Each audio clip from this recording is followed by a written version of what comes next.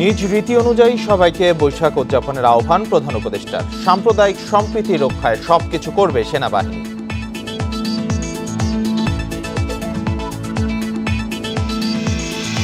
পয়লা বৈশাখে ঢাকা বিশ্ববিদ্যালয় ক্যাম্পাসে মুখোশ পরা এবং বাঁশি বাজানো ও বিক্রিতে নিষেধাজ্ঞা, কর্তৃপক্ষের বিজ্ঞপ্তি।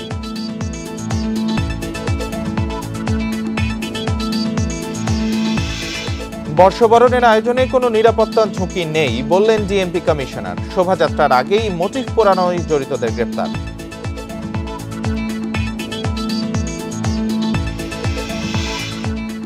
মেঘনা আলমকে গ্রেপ্তারের প্রক্রিয়া সঠিক হয়নি, ব্রিফিংয়ে আইন উপদেষ্টা।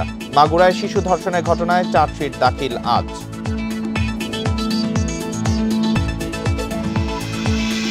ঢাকাসহ 5 বিভাগে বজ্রসহ কালবৈশাখীর পূর্বাভাস। বৃহস্পতিবার পর্যন্ত কয়েক জেলায় হতে পারে বৃষ্টি।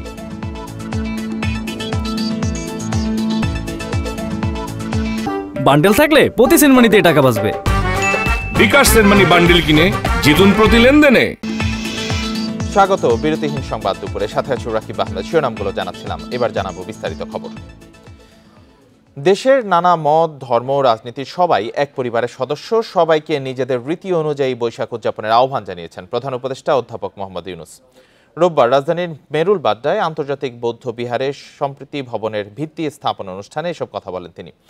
অনুষ্ঠানে সেনাপ্রধান জানান, দেশের সাম্প্রদায়িক সম্প্রীতি বজায় রাখতে যা যা করা দরকার সেনাবাহিনী সবই করবে। রাজধানীর মেরুল বাড্ডায় আন্তর্জাতিক বৌদ্ধ বিহারে সম্প্রীতি ভবনের ভিত্তিপ্রস্তর স্থাপন উপলক্ষে এ আয়োজন। সম্প্রীতি ভবনের ভিত্তিপ্রস্তর স্থাপন করেন প্রধান উপদেষ্টা অধ্যাপক মোহাম্মদ ইউনূস। আন্তর্জাতিক বৌদ্ধ বিহারের সম্প্রীতি ভবন অনুষ্ঠানে যোগ দেন ধর্ম উপদেষ্টা, পার্বত্য চট্টগ্রাম বিষয়ক উপদেষ্টা, সেনা প্রধান সহ বিশিষ্টজনেরা। অন্যের অধিকার কেড়ে নিয়ে আরেকজন সুখী হতে পারে না। এই সম্প্রীতি আমাদের বজায় রাখতে হবে। সেনাপ্রধান জানান, সাম্প্রদায়িক সম্প্রীতি রক্ষার পাশাপাশি পাহাড়ের শান্তি প্রতিষ্ঠায় কাজ করছে সেনাবাহিনী। হিন্দু, বৌদ্ধ, খ্রিস্টান, মুসলমান সবার এ দেশ, এই সম্প্রীতি বজায় রেখে আমরা বাস করতে চাই। পার্বত্য চট্টগ্রামে যেন শান্তি বিরাজ করে, তার জন্য যা কিছু করতে হয় আমরা করতে রাজি আছি। সমগ্র দেশে এই সাম্প্রদায়িক সম্প্রীতি রক্ষার জন্য যা কিছু করতে হয় সেটা আমরা করতে সবসময় সদা প্রস্তুত থাকব। বক্তব্যের শুরুতেই নিজের আঞ্চলিক ভাষায় বিভিন্ন স্মৃতি তুলে ধরেন প্রধান উপদেষ্টা। তো খুব খুশি হলাম মনোরালে দেখো ভবিষ্যতে যেন এন সুন্দর জিনিস হয়, ওনারা যে কোনো সময় পোয়াশা লইয়া আইতে পারিবেন, দেখতে পারিবেন, বন্ধু বান্ধবরা লইয়া আইতে পারিবেন, এই নিয়ে লেখান জায়গায় পান। প্রধান উপদেষ্টা বলেন, সবার সম্মিলিত উদ্যোগে সম্প্রীতি ও মানবিক মূল্যবোধের জয় হবে। নানা মত, ধর্ম, রীতিনীতির মধ্যেও আমরা সবাই এক পরিবারের সদস্য। এদেশের হিন্দু, মুসলমান, বৌদ্ধ, খ্রিস্টান, পাহাড় ও সমতলের বিভিন্ন সম্প্রদায় ও জনগোষ্ঠী সব মিলিয়ে এদেশের মানুষের বিচিত্র ভাষা, সংস্কৃতি, ঐতিহ্য। আগামীকাল পহেলা বৈশাখ আমাদের এই সম্প্রীতির অন্যতম প্রতীক। প্রত্যেকে নিজ নিজ উপায়ে নিজেদের রীতি অনুযায়ী আগামীকালকে উদযাপন করব। আন্তর্জাতিক বৌদ্ধ বিহার বাংলাদেশের সাম্প্রদায়িক সম্প্রীতির অন্যতম নিদর্শন বলেও মন্তব্য করেন প্রধান উপদেষ্টা। বিশ্বে শান্তি বিরাজ করুক। মাহমুদ শরীফ, ইন্ডিপেন্ডেন্ট নিউজ, ঢাকা। পয়লা বৈশাখে ঢাকা বিশ্ববিদ্যালয় ক্যাম্পাসে মুখোশ পরা, ভুবুজেলা বাঁশি বাজানো ও বিক্রিতে নিষেধাজ্ঞা জারি করেছে ঢাকা বিশ্ববিদ্যালয় কর্তৃপক্ষ। সকালে জনসংযোগ দপ্তর থেকে এক বিজ্ঞপ্তিতে তথ্য জানানো হয়। এতে বলা হয়, বাংলা নববর্ষ উদযাপনের সব প্রস্তুতি এরই মধ্যে শেষ হয়েছে। এবারের প্রতিপাদ্য নববর্ষের ঐক্যতান, ফ্যাসিবাদের অবসান। সকাল 9টায় চারুকলা অনুষদের সামনে থেকে শুরু হবে বর্ষবরণ আনন্দ শোভাযাত্রা। এটি শাহবাগ মোড় ঘুরে টিএসসি, শহীদ মিনার, দোয়েল চত্বর হয়ে আবারও চারুকলা অনুষদে গিয়ে শেষ হবে। শোভাযাত্রায় থাকছে 60টি করে বড়, মাঝারি ও ছোট মোটিফ। অংশগ্রহণকারীরা শুধু নীলক্ষেত ও পলাশী মোড় দিয়ে বিশ্ববিদ্যালয়ে প্রবেশ করতে পারবেন। এবারের শোভাযাত্রায় 28টি জাতিগোষ্ঠী, সামাজিক সাংস্কৃতিক সংগঠন সহ বিভিন্ন দেশের অতিথিরা অংশ নেবেন। ক্যাম্পাসে সব আয়োজন শেষ করতে হবে বিকেল 5টার মধ্যে। নিরাপত্তার স্বার্থে বিশ্ববিদ্যালয় ক্যাম্পাসে পর্যাপ্ত সিসি ক্যামেরা ও আর্চওয়ে স্থাপনের ব্যবস্থা নেওয়া হয়েছে বলেও জানিয়েছে কর্তৃপক্ষ।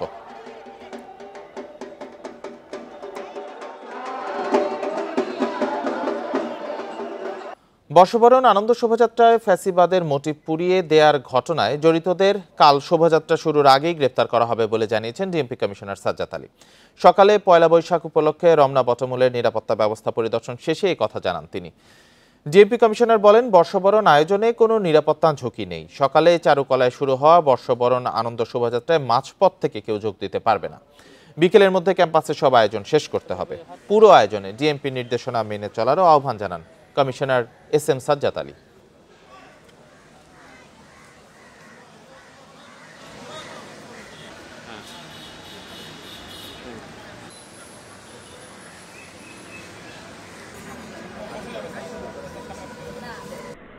আমরা অত্যন্ত ক্লোজ, খুব নিকটে পৌঁছে গেছি এই মামলাটি ডিটেকশনের ক্ষেত্রে, এবং আমরা আশা করতেছি যে শোভাযাত্রার আগামীকাল ৯টার আগেই আমরা একটা সন্তোষজনক পর্যায়ে মামলাটা ডিটেকশনের ক্ষেত্রে চলে যাব। ঢাকা বিশ্ববিদ্যালয়ের চারুকলায় বর্ষবরণের প্রস্তুতি পরিদর্শন শেষে বক্তব্য রাখছেন বিএনপির সিনিয়র যুগ্ম মহাসচিব রুহুল কবির রিজভী। সরাসরি চলে যাচ্ছি সেখানে। সেটা নিয়েই আমরা চলবো। আমরা জল চৌকিকে জল চৌকি বলবো, আমরা পানি গ্রহণকে পানি গ্রহণই বলবো। এটার কোনো পরিবর্তন হবে না। জল চৌকিকে আমরা পানি চৌকি বলবো না, পানি গ্রহণকে আমরা জল গ্রহণ বলবো না। আমাদের সংস্কৃতির অতীত ঐতিহ্যের যে ধারাবাহিকতা, পদ্মা মেঘনার স্রোতের মতো যে বয়ে যাওয়া, এই বয়ে যাওয়া আমরা প্রবাহমান রাখবো। আজকে কারুকলা ইনস্টিটিউটের অনুষদে যে আমি ফ্যাসিস্টদের যে আক্রমণের এখানে বহিঃপ্রকাশ দেখলাম, যে ছাই দেখলাম, আমি তার তীব্র নিন্দা প্রতিবাদ জানাচ্ছি। এর মধ্যে আমাদের যারা এখানে দুর্দান্ত প্রচেষ্টা চালিয়ে শিক্ষকবৃন্দ দিনরাত পরিশ্রম করে এবং শিক্ষার্থীবৃন্দ যারা এখানে কাজ করছেন, তারা সবাইকে আমি আন্তরিক শুভেচ্ছা জানাচ্ছি যে তাদের পরিশ্রমের মধ্যে দিয়ে তারা আগামীকালকের পহেলা বৈশাখ আমাদের এবং আনন্দ শোভাযাত্রা অত্যন্ত বর্ণময় হবে এবং সত্যিকার অর্থে আমাদের উৎসবের প্রাঙ্গণকে তারা বর্ণিল করবে, এই আশাবাদ ব্যক্ত করে সবাইকে ধন্যবাদ জানিয়ে আমার বক্তব্য শেষ করছি। পানি বলতে চান, জল চৌকিকে জল চৌকি বলতে চান, সেটি আমাদের সংস্কৃতির অংশ আপনি বলছিলেন। তাহলে মঙ্গল শোভাযাত্রা আনন্দ শোভাযাত্রায় পরিবর্তিত হচ্ছে, আবার নতুন করে আবার ফিরে যাওয়ার কথা বলা হচ্ছে, সেটি নিয়ে আপনাদের শুরুতে আনন্দ শোভাযাত্রাই ছিল। এটা আমদানিকৃত সংস্কৃতি, এটা আমাদের অরিজিনাল সংস্কৃতি না। এখন যে আনন্দ শোভাযাত্রা, সে আনন্দ শোভাযাত্রাই হচ্ছে আমাদের ঐতিহ্য এবং সেটাই করা হচ্ছে। শুরু থেকে এটাই ছিল। ধন্যবাদ সবাইকে, আমার সাংবাদিক ভাই বোনদের সবাইকে শুভ নববর্ষ জানাচ্ছি। বর্ষবরণের প্রস্তুতি পরিদর্শন শেষে বক্তব্য রাখছিলেন রুহুল কবির রিজভী। সরাসরি ছিলাম সেখানে। আজ চৈত্র সংক্রান্তি, চৈত্র মাসের শেষ দিন। দিনটিতে রাজধানী সহ দেশের বিভিন্ন স্থানে চলছে নানান আয়োজন। সকাল থেকে বাংলাদেশ শিল্পকলা একাডেমিতে চলছে 2 দিনের আয়োজন। রয়েছে সঙ্গীত সহ বিভিন্ন সাংস্কৃতিক পরিবেশনা। সকালে বাউল গান এবং ঐতিহ্যবাহী বাংলা গান পরিবেশন করেন শিল্পীরা। দুপুরে সোহরাওয়ার্দী উদ্যানে আয়োজন করা হয়েছে ব্যান্ড শো ও সাংস্কৃতিক অনুষ্ঠান। থাকছে ঢাক ঢোল সহ লাঠি খেলার পরিবেশনাও। এছাড়াও বিকেলে মানিক মে এভিনিউতে কনসার্টেও সন্ধ্যায় থাকছে ড্রোন শো। এদিকে বাংলা নববর্ষ উপলক্ষে সোমবার ভোরে রমনার বটমূলে থাকছে ছায়ানটের সাংস্কৃতিক পরিবেশনা। সকাল 9টায় ঢাকা বিশ্ববিদ্যালয়ের চারুকলা থেকে শুরু হবে বর্ষবরণ আনন্দ শোভাযাত্রা। চারুকলা অনুষদে চলছে এখনও শেষ মুহূর্তের প্রস্তুতি। শোভাযাত্রার জন্য তৈরি হচ্ছে বর্ণিল মুখোশ, রঙিন মোটিফ। অনেকে রং তুলি দিয়ে তৈরি করছেন নানা মুখোশ। বাঙালি সংস্কৃতির সবচেয়ে বড় উৎসব পয়লা বৈশাখ উপলক্ষে গ্রামে গ্রামে চলছে চৈত্র সংক্রান্তির নানা আয়োজন ও হালখাতা উৎসব। প্রযুক্তির ব্যবহার বাড়ায় এই রেওয়াজ অনেকটা জৌলুস হারালেও অনেকেই ধরে রেখেছেন ঐতিহ্যটি। নেত্রকোনার কেন্দুয়া উপজেলার নিভৃত গ্রাম আঙ্গারোয়ায় চলছে খনার মেলায় গ্রামীণ সংস্কৃতি ও কৃষিতে খনার বচনের তাৎপর্য তুলে ধরে চলছে নানা পরিবেশনা। মঙ্গলঘর পরিসর আয়োজিত এ মেলায় গানে গানে ও আলোচনার বক্তব্যে খনার বচন তুলে ধরা হচ্ছে। এদিকে লক্ষ্মীপুরে সকাল থেকে বিভিন্ন ব্যবসা প্রতিষ্ঠানে হালখাতা শুরু হলেও সোমবার হবে জাঁকজমকপূর্ণ আয়োজন। বছর জুড়ে ব্যবসায়ীরা এই দিনটির জন্য অপেক্ষা করে থাকেন। বাংলা বছরের প্রথম দিনটিতে ক্রেতা বিক্রেতাদের মধ্যে দেনা পাওনার মিটিয়ে নতুন বছরের হিসাব শুরু হয়। যে বচন আমাদেরকে একটি শুদ্ধ কৃষির জন্য এবং যে জীবন আমাদেরকে একটি স্বাস্থ্যকর জীবনের জন্য আসলে জাগিয়ে রাখে, বাঁচিয়ে রাখে। কৃষককুল আছে, তারা যে কৃষি চর্চা করেন, এটা এখন পর্যন্ত খনার জ্ঞানের উপর নির্ভরশীল।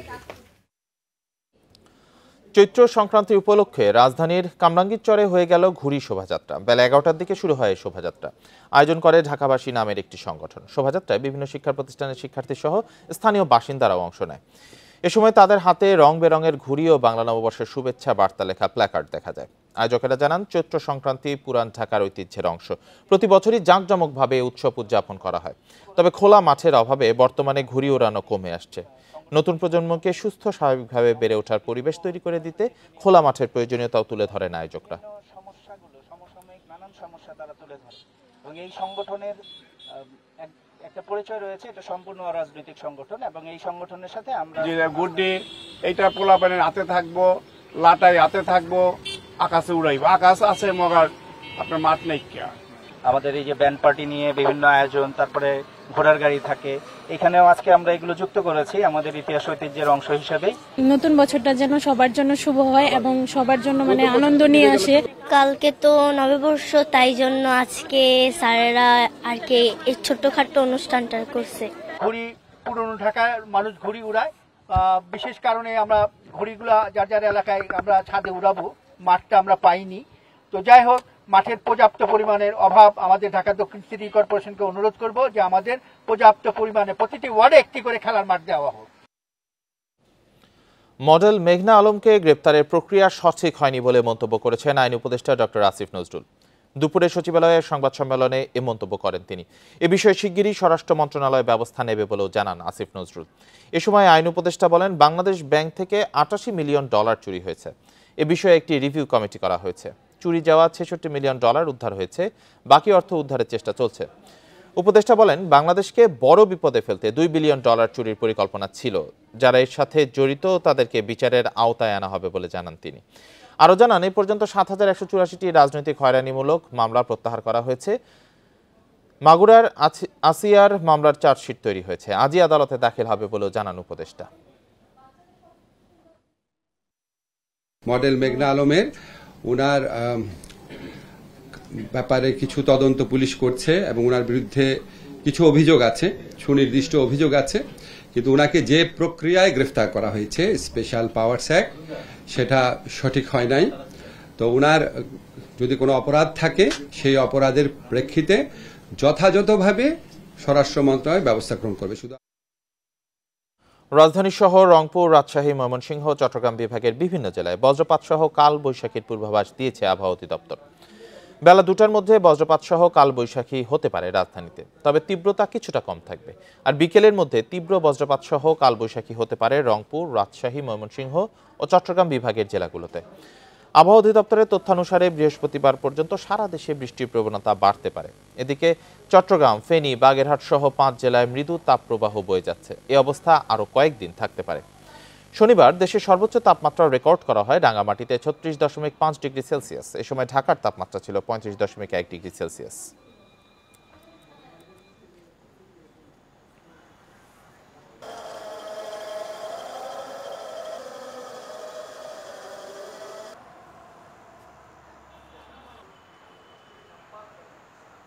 ঢাকা বিশ্ববিদ্যালয়ে চারুকলা অনুষদে চলছে বর্ষবরণ আনন্দ শোভাযাত্রার শেষ মুহূর্তের প্রস্তুতি। শোভাযাত্রার জন্য তৈরি হচ্ছে বর্ণিল মুখোশ, রঙিন মোটিফ।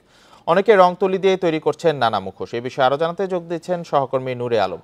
নূরে আলম, একেবারে শেষ মুহূর্তের প্রস্তুতি কেমন দেখছেন? কালকে কি কি মোটিফ থাকছে, কয়টি মোটিফ থাকছে এবং এখনো কি কি মোটিফ তৈরি হচ্ছে, সর্বশেষ পরিস্থিতি জানাবেন। আনন্দ শোভাযাত্রার প্রস্তুতি একদম শেষ পর্যায়ে। চারুকলার শিক্ষার্থীরা অক্লান্তভাবে কাজ করে যাচ্ছেন, শেষ মুহূর্তের কাজ।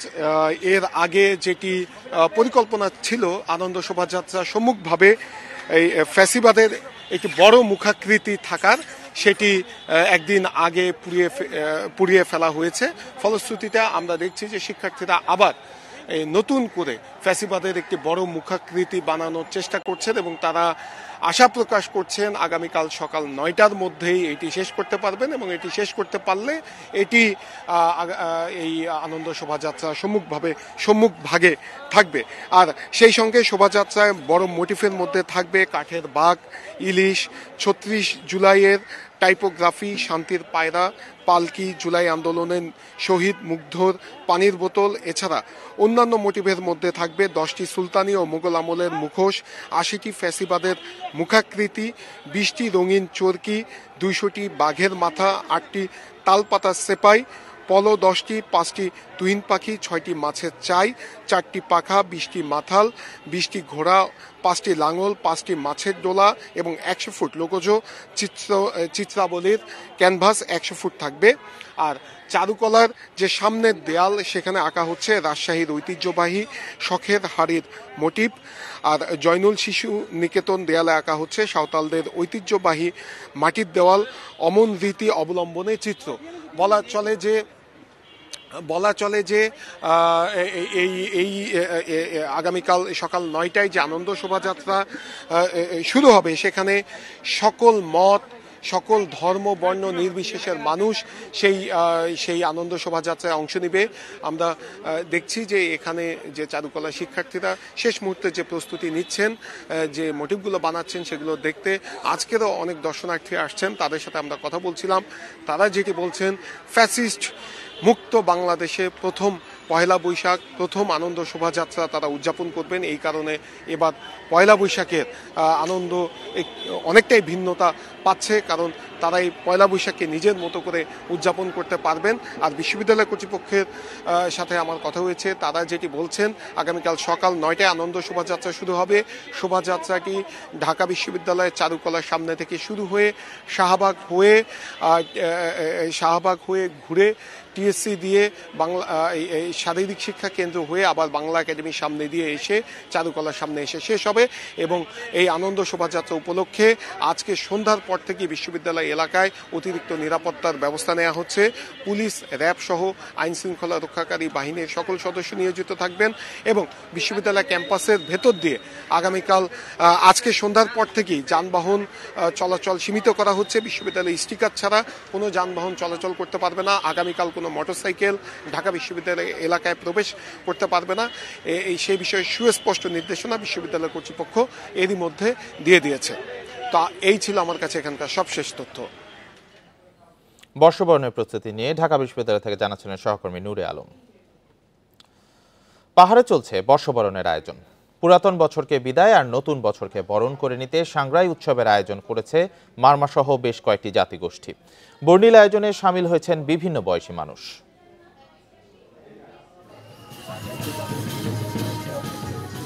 বৈশাখী ঘিরে পাহাড়ে চলছে বর্ণিল আয়োজন। খাগড়াছড়িতে রং বেরঙের পোশাক পরে বর্ণাঢ্য শোভাযাত্রায় অংশ নেন মারমা সম্প্রদায়। খাগড়াছড়ি সরকারি কলেজ মাঠ থেকে শুরু হয় শোভাযাত্রা। 1 বছরের অপেক্ষা শেষে নেচে গিয়ে শোভাযাত্রায় অংশ নিতে পেরে খুশি তরুণ তরুণীরা। আজকে আমরা র্যালিতে আসছি, কালকে হচ্ছে আমাদের মূল সাংগ্রাই। র্যালিটা আজ এখান থেকে শুরু হয়ে বেড়াছড়া মাঠে শেষ হবে। ওখানে আজকে আমাদের বিভিন্ন ধরনের ওখানে প্রোগ্রাম আছে।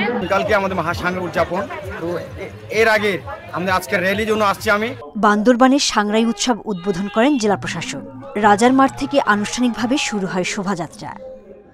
এইবারের প্রোগ্রামের মাধ্যমে আমরা আবারও নিশ্চিত করতে পেরেছি যে 5ই আগস্টের পরে যে বৈষম্য বিরোধী আন্দোলনের মাধ্যমে নতুন বাংলাদেশের শুভ সূচনা হয়েছে, সেখানে আসলেই আমরা বৈষম্য দূর করে সবাই একযোগে নতুন বাংলাদেশ গড়ার পথে এগিয়ে চলছি। ফেস্টুন প্লাকার্ড নিয়ে শহরের প্রধান সড়ক ঘুরেছে 11টি জাতিগোষ্ঠীর শোভাযাত্রা। সংস্কৃতি, ঐতিহ্য ও সম্প্রীতির অনন্য প্রতীক এই উৎসব পার্বত্য এলাকার মানুষের জীবনে এনে দেয় আনন্দ ও নতুন আশার বার্তা। শুধুমাত্র যে সাংগ্রাই উদযাপনটা যে বান্ধবের মারমাদের হলেও এখানে কিন্তু আমরা 12টা জনগোষ্ঠী এখানে বাঙালি সহ বাকি 11 জনগোষ্ঠী আমরা পাহাড়ি সবাই কিন্তু এখানে অংশগ্রহণ করছে। এবং নতুন বছরটি হবে সকলের জন্য একটি আশার, একটি শুভকামনার এবং সকলের সাথে সম্প্রীতির এবং ভালোবাসার। 18 এপ্রিল জলকেলির মধ্য দিয়ে শেষ হবে বান্দরবানের সাংগ্রাই উৎসব। সোহেলি জাহান, ইন্ডিপেন্ডেন্ট নিউজ। 4 দিনের শুভেচ্ছা সফরে চট্টগ্রাম বন্দরে এসেছে রাশিয়ার নৌবাহিনীর 3টি যুদ্ধজাহাজ। সকালে যুদ্ধজাহাজ 3টি বাংলাদেশের জলসীমায় এসে পৌঁছালে নৌবাহিনীর জাহাজ বানৌজা খালিদ বিন ওয়ালিদ তাদের অভ্যর্থনা জানায়। সফরকারী 3 জাহাজের কর্মকর্তা ও বাংলাদেশে নিযুক্ত রাশিয়ার রাষ্ট্রদূত সহ একটি প্রতিনিধি দল চট্টগ্রাম নৌ অঞ্চলের কমান্ডার এবং বন্দর কর্তৃপক্ষের চেয়ারম্যানের সাথে সৌজন্য সাক্ষাৎ করবেন। এছাড়া নেভাল একাডেমিতে অবস্থিত রেডকিন পয়েন্টে পুষ্পস্তবক অর্পণ এবং নৌবাহিনী প্রশিক্ষণ ঘাঁটি সহ চট্টগ্রামের বিভিন্ন দর্শনীয় ঐতিহাসিক স্থাপনা পরিদর্শন করবেন। এ সফরে দুই দেশের নৌবাহিনীর কর্মকর্তা ও নাবিকদের মত বিনিময় ও পারস্পরিক সহযোগিতার সুযোগ সৃষ্টির পাশাপাশি দ্বিপাক্ষিক সম্পর্ককে আরও জোরদার করবে বলে জানান সংশ্লিষ্টরা। শুভেচ্ছা সফর শেষে জাহাজগুলো আগামী 16 এপ্রিল বাংলাদেশ ছেড়ে যাবে।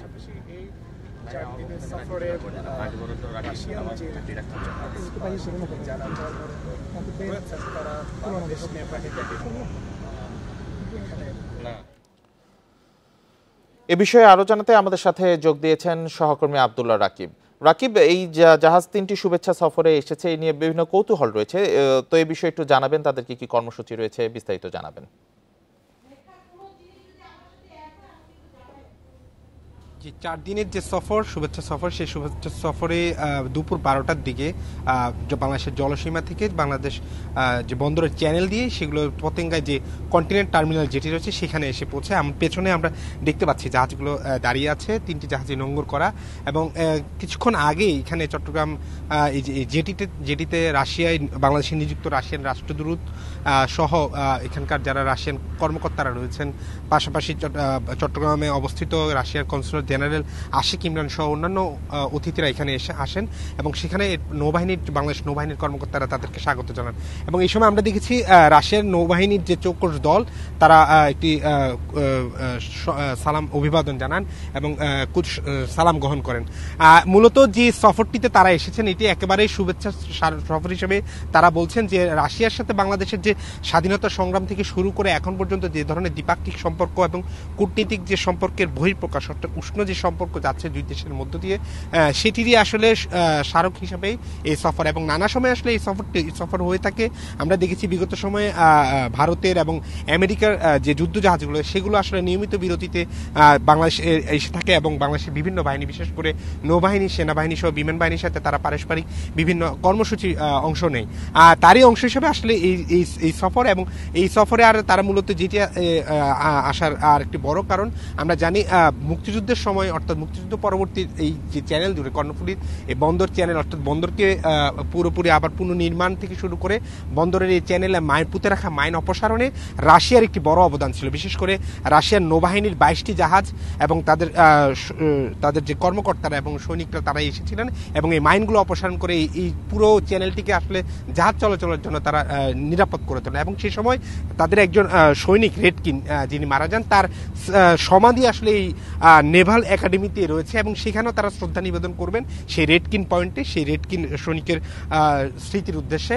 এবং বলা চলে এই সফরে দুই দেশের মধ্যে অর্থাৎ নৌবাহিনী সহ অন্যান্য বাহিনীগুলোর মধ্যে যে পারস্পরিক সমঝোতা বা পারস্পরিক যে সামরিক বিষয়গুলো অভিজ্ঞতা বিনিময়, সেগুলির একটি বহিঃপ্রকাশ ঘটবে এই সফরের মধ্য দিয়ে। আমরা জানি কিছুদিন আগে সেনাবাহিনীর প্রধানও দেশটিতে সফর করে আছেন, ফলশ্রুতিতে পরপরই তাদের যুদ্ধজাহাজের এই সফর একটি বিশেষ বার্তা, অর্থাৎ দুই দেশের মধ্যে সম্পর্ক যে উন্নয়ন ঘটছে তারই বহিঃপ্রকাশ বলছেন এখানকার কর্মকর্তারা। চট্টগ্রাম থেকে জানাচ্ছিলেন সহকর্মী আব্দুল্লাহ রাকিব। বাংলা নববর্ষ বরণ করতে আনন্দ শোভাযাত্রার প্রস্তুতি সম্পন্ন করেছে রাজশাহী বিশ্ববিদ্যালয়ের চারুকলা অনুষদ। এরই মধ্যে আনন্দ শোভাযাত্রার উপকরণ তৈরির কাজ শেষ করেছেন শিক্ষার্থীরা। এবছর বর্ষবরণে বিশেষ ভাবনায় থাকবে মেধার বিষয়টি।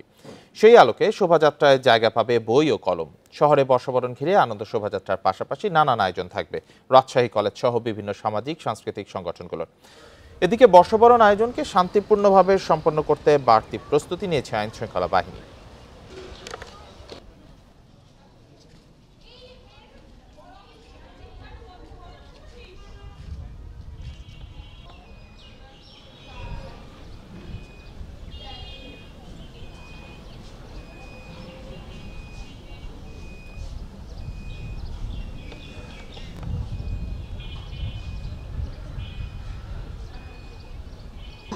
প্রতিবারই যা করি সে হচ্ছে আমাদের ফোক, যেটা সংস্কৃতি, সেটার উপস্থাপন করার চেষ্টা করি। সঙ্গে থাকে হচ্ছে থিম, যে কারেন্ট সিচুয়েশানের যে থিমগুলো থাকে, প্রতিবারই কোনো না কোনো থিম থাকে, তো এবারও তার ব্যতিক্রম নয়। আমরা এবারের থিম রেখেছি যে মেধা। বাংলা নববর্ষ বরণ করতে আনন্দ শোভাযাত্রার প্রস্তুতি সম্পন্ন করেছে রাজশাহী বিশ্ববিদ্যালয় চারুকলা অনুষদ। এ নিয়ে আরো জানাবেন আহসান হাবিব অপু। কাল কি প্রস্তুতি ইতিমধ্যে শেষ হয়ে গেছে কিনা কালকে শোভাযাত্রার প্রস্তুতি বিস্তারিত জানাবেন।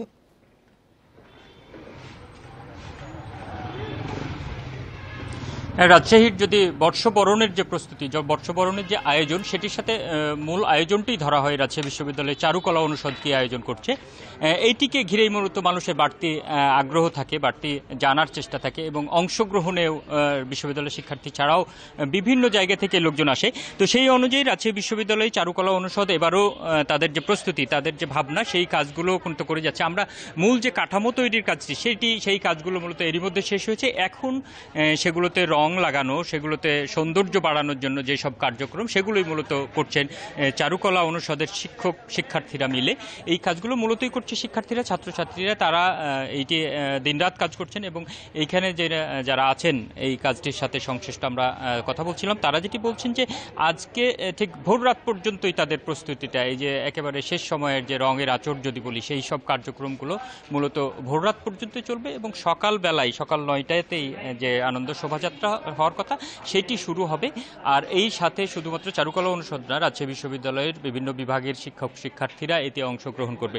এবারের যে আয়োজন, আমরা বিশ্ববিদ্যালয়ের চারুকলা বিভাগের শিক্ষকদের সাথে কথা বলছিলাম এবং একটু আগেও দেখছিলেন যে কনক কুমার ঘটক তিনি যে কথাটি বলছিলেন যে এবারে মেধার বিষয়টিকে ভাবনায় আনা হয়েছে এবং বই কলম এইটার উপসর্গ হিসেবে মানে মূলত উপস্থাপন করা হবে। এর বাইরে গ্রামীণ ঐতিহ্য দেখানোর জন্য কাজটি চলছে। এখানে বিভিন্ন পেশার মানুষের যে উপকরণ, সেগুলোকে এখানে আনা হচ্ছে। এর মধ্যে লাঙ্গল আসছে, তাছাড়া কৃষিকাজের বিভিন্ন উপকরণ থাকতেছে। এইখানে যেটি পালকি, হারিয়ে যাওয়া, গ্রাম বাংলা থেকে হারিয়ে যাওয়া সেই পালকি থাকছে এইটার সাথে।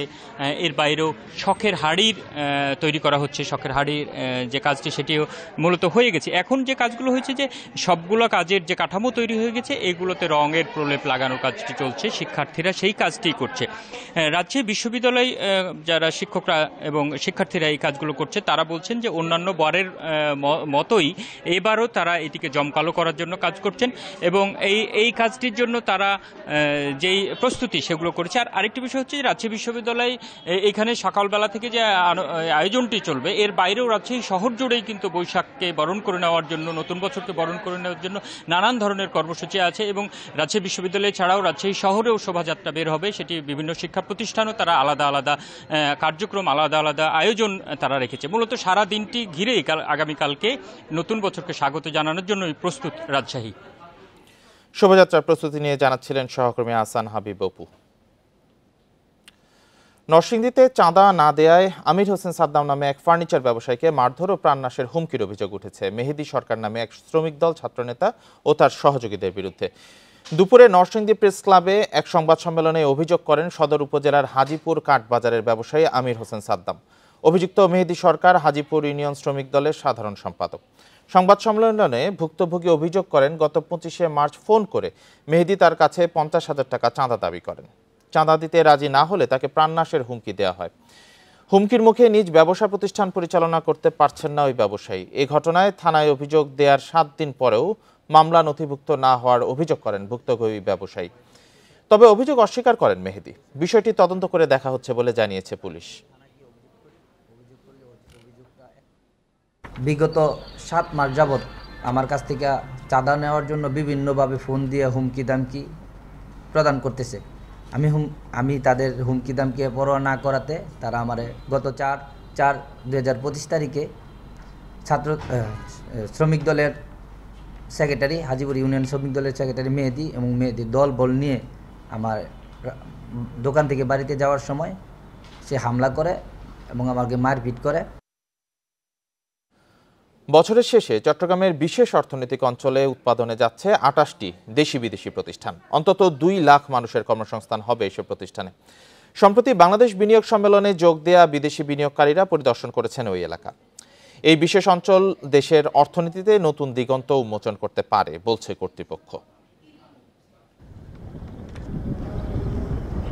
মেঘনা ও ফেনী নদীর মোহনায় চট্টগ্রামের মিরসরাইয়ে গড়ে তোলা হয়েছে দেশের বৃহত্তম জাতীয় বিশেষ অর্থনৈতিক অঞ্চল NSEZ। করোনা মহামারী সহ বিভিন্ন কারণে কারখানা স্থাপনে ধীরগতি থাকলেও গত বছর থেকে পুরোদমে শুরু হয়েছে নির্মাণ কাজ। এই অর্থনৈতিক অঞ্চলে ইতোমধ্যে 155 জন বিনিয়োগকারী তাদের জমি বুঝে পেয়েছেন। সম্প্রতি বাংলাদেশ বিনিয়োগ সম্মেলনে যোগ দেয়া বিদেশি ব্যবসায়ীরাও NSEZ পরিদর্শনের পর এখানে বিনিয়োগের আগ্রহ দেখিয়েছেন। বিনিয়োগ করা নিয়ে আমি অত্যন্ত ইতিবাচক, যে কারণে আমি এখানে এসেছি। আমি এখানে সরকারের সাথে একসাথে বিনিয়োগ নিয়ে কাজ করতে চাই। বিনিয়োগ বান্ধব হলেও এখানে নানা চ্যালেঞ্জও আছে। সেসব চ্যালেঞ্জগুলো সমাধান করা হলে বিনিয়োগকারীরা তাদের বিনিয়োগকৃত অর্থ তুলে আনতে পারবে। বিনিয়োগকারীদের আগ্রহের কারণে দুটি জোনে প্রায় 1500 একর ভূমি উন্নয়নের কাজ শুরু হয়েছে। আগামী 2 বছরে কি কাজ করা যায়, সেই 2 বছরকে আমরা সর্বোচ্চ টার্গেট নিয়েছি যে 1500 একর জায়গার মতো ডেভেলপ করব, যেখানে সকল প্রকার অবকাঠামো উন্নয়ন নিশ্চিত করা হবে। এই বিশাল কর্মযজ্ঞের মাঝেও সংকট রয়েছে জ্বালানি, পানি সহ দক্ষ শ্রমিকের। তবে বিদ্যমান সংকট সমাধানে মধ্য ও দীর্ঘমেয়াদী একগুচ্ছ পরিকল্পনা বাস্তবায়নের কথা জানিয়েছে কর্তৃপক্ষ। পানির সংকটের সমাধানে আমাদের প্রথম হলো যে আমরা আন্ডারগ্রাউন্ড থেকে কিছু এই মুহূর্তে তুলছি, বাট খুবই মিনিমাম সেটা আমরা করব, এবং মুহুরী পদের থেকে আমরা 100 MLD পানি আনছি। জাতীয় বিশেষ অর্থনৈতিক অঞ্চলে এখনো পর্যন্ত স্থানীয় ও বিদেশি প্রস্তাবিত বিনিয়োগের পরিমাণ প্রায় 19 বিলিয়ন মার্কিন dollar. Abdullah Rakib, Independent News, Chittagong. প্রধান বিচারপতি ডক্টর সৈয়দ রেফাত আহমেদ বলেছেন, বর্তমান বিচার ব্যবস্থা একটি দ্বৈত প্রশাসনিক ব্যবস্থার মধ্য দিয়ে চলছে, তাই সুপ্রিম কোর্টের জন্য আলাদা সচিবালয় স্থাপন খুবই জরুরি। সকালে খুলনা জজ কোর্ট প্রাঙ্গণে বিচার প্রার্থীদের জন্য স্থাপিত বিশ্রামাগার ন্যায়কুঞ্জ উদ্বোধন শেষে সাংবাদিকদের প্রশ্নের জবাবে তিনি কথা বলেন। বিচারপতি বলেন, বিচার ব্যবস্থাকে আরও স্বচ্ছ ও বিচার প্রার্থীদের অসুবিধা দূর করতে 12 দফা সংস্কার কার্যক্রম চলছে। এই সংস্কার শেষ হলে দেশে একটি কাঙ্ক্ষিত টেকসই বিচারিক ব্যবস্থা চালু হবে। এ সময় তিনি আরও বলেন, সংস্কারের মাধ্যমে বিচার ব্যবস্থায় যে অনিয়ম রয়েছে তা দূর হবে এবং বিচারিক কার্যক্রমের সাথে সংশ্লিষ্টদের জবাবদিহিতাও নিশ্চিত করতে হবে।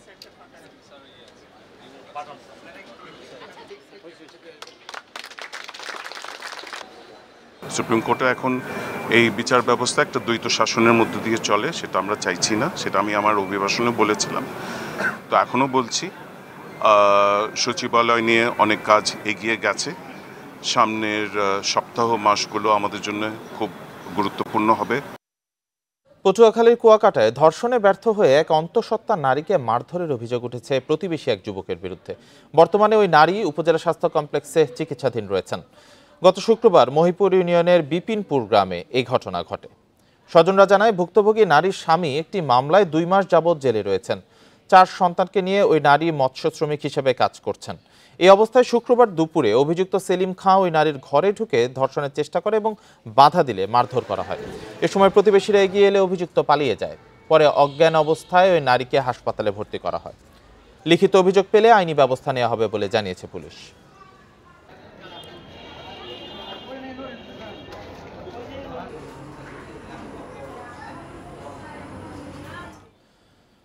লালমনিরহাটের বড়বাড়ি বাজারে একটি ওয়ালটন শোরুমে অগ্নিকাণ্ডের ঘটনা ঘটেছে। খবর পেয়ে 1 ঘন্টার চেষ্টায় আগুন নিয়ন্ত্রণে আনে ফায়ার সার্ভিসের 3টি ইউনিট। রোববার ভোর 6টার দিকে বড়বাড়ি বাজারে একটি দোকানে আগুনের সূত্রপাত হয়, পরে ওয়ালটন মার্কেটে ছড়িয়ে পড়ে। ফায়ার সার্ভিস জানায়, জেলার বড়বাড়ি বাজারে অগ্নিকাণ্ডের খবর পেয়ে ফায়ার সার্ভিসের 3টি ইউনিট সেখানে যায়। পরে 1 ঘন্টার বেশি সময়ের চেষ্টায় আগুন নিয়ন্ত্রণে আনা হয়েছে। এ সময় শোরুমের বিভিন্ন ধরনের ফার্নিচার পুড়ে যায়। তাৎক্ষণিকভাবে আগুন লাগার কারণ ও ক্ষয়ক্ষতির পরিমাণ জানা যায়নি।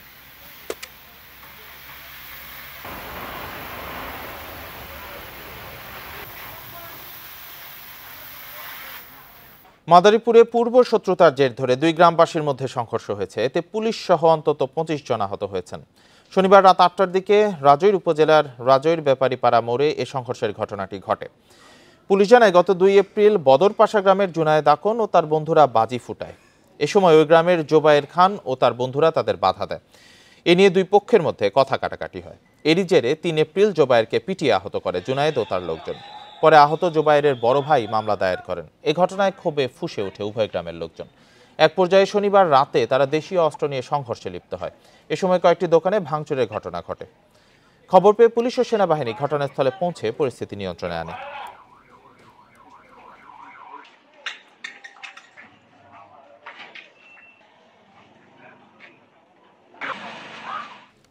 দেশের বাজারে ফের বেড়েছে স্বর্ণের দাম। এ দফায় প্রতি ভরি স্বর্ণের দাম বেড়েছে সর্বোচ্চ ৪,১৮৭ টাকা। নতুন দামে ভালো মানের এক ভরি স্বর্ণের দাম পড়বে ১,৬৩,২১৪ টাকা। শনিবার বাংলাদেশ জুয়েলার্স সমিতি বাজুস এক সংবাদ বিজ্ঞপ্তিতে দাম বাড়ার কথা জানায়। এতে বলা হয়, স্থানীয় বাজারে তেজাবি স্বর্ণের দাম বাড়ায় সমন্বয় করা হয়েছে দেশের বাজারেও। নতুন দামে ২১ ক্যারেটের ভরিতে গুনতে হবে ১,৫৫,৭৯৬ টাকা। এছাড়াও ১৮ ক্যারেটের ভরি পড়বে ১,৩৩,৫৪১ টাকা। তবে স্বর্ণের দাম বাড়লেও অপরিবর্তিত আছে রূপার দাম। ভালো মানের প্রতি ভরি রূপার দাম থাকছে ২,৫৭৮ টাকা। পরিবর্তিত দাম রবিবার থেকে কার্যকর হবে। আর এই ছিল এখনকার সংবাদে। ইন্ডিপেন্ডেন্ট টেলিভিশনের সব খবর আরো বিস্তারিত জানতে চোখ রাখুন ফেসবুক, ইউটিউব, এক্সে। ধন্যবাদ সবাইকে।